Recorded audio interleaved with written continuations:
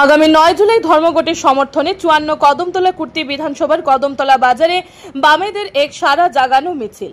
আগামী 9 জুলাই দেশব্যাপী সাধারণ ধর্মঘট আহ্বান করেছে বামপন্থী কেন্দ্রীয় 10টি ট্রেড ইউনিয়ন। 4টি শ্রম কোড বাতিল করা, পুরনো পেনশন স্কিম পুনর্বহাল করা, বিদ্যুৎ সংশোধনী বিল বাতিল করা সহ 17 দফা দাবির ভিত্তিতে আগামীকাল দেশব্যাপী সাধারণ ধর্মঘটের ডাক দিয়েছে কেন্দ্রীয় 10টি ট্রেড ইউনিয়ন। তারই সমর্থনে কদমতলা বাজারে মিছিল এবং সভা অনুষ্ঠিত করে সিপিএম ও তাদের শাখা সংগঠনগুলি। মিছিলটি কদমতলা বাজারস্থিত পুরাতন গ্রামীণ ব্যাংকের সামনে থেকে শুরু হয়। গোটা বাজার পরিক্রমা করে কদমতলা বাজারস্থিত পুরাতন গ্রামীণ ব্যাংকের সামনে সভাস্থলে এসে শেষ হয়।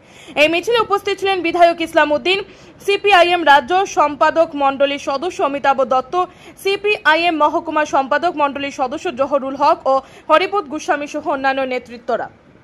Bureau report, R E. ধর্মনগর। উপস্থিত বিভিন্ন এলাকা থেকে আসা ক্রেতা, সাধারণ পথচারী, বিভিন্ন পরিবহনের সাথে যুক্ত শ্রমিকরা, ব্যবসায়ীবৃন্দ,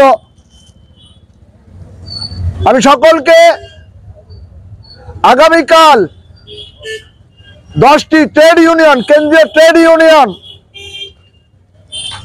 বিভিন্ন শ্রমিক কর্মচারী ফেডারেশন এবং সংযুক্ত কিষাণ মোর্চার প্রায় 5 শতাধিক কৃষি সংগঠন, কৃষক সংগঠন এবং কৃষি শ্রমিকরা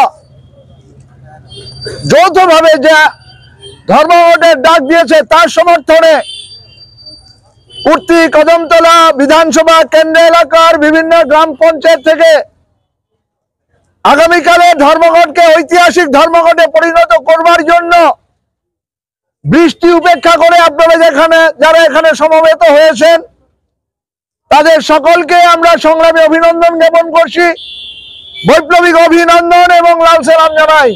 আমাদের মধ্যে উপস্থিত আছেন সিপিআইএম ত্রিপুরা রাজ্য কমিটির অন্যতম সদস্য, সারা ভারত কৃষক সভার ধর্মনগর মহকুমা কমিটির সভাপতি তথা বিধায়ক কমরেড ইসলাম উদ্দিন, তিনি পরবর্তী সময়ে আলোচনা করবেন। উপস্থিত আছেন আমাদের পার্টি ধর্মনগর মহকুমা সম্পাদক মন্ডলীর অন্যতম সদস্য কমরেড জহরুল হক।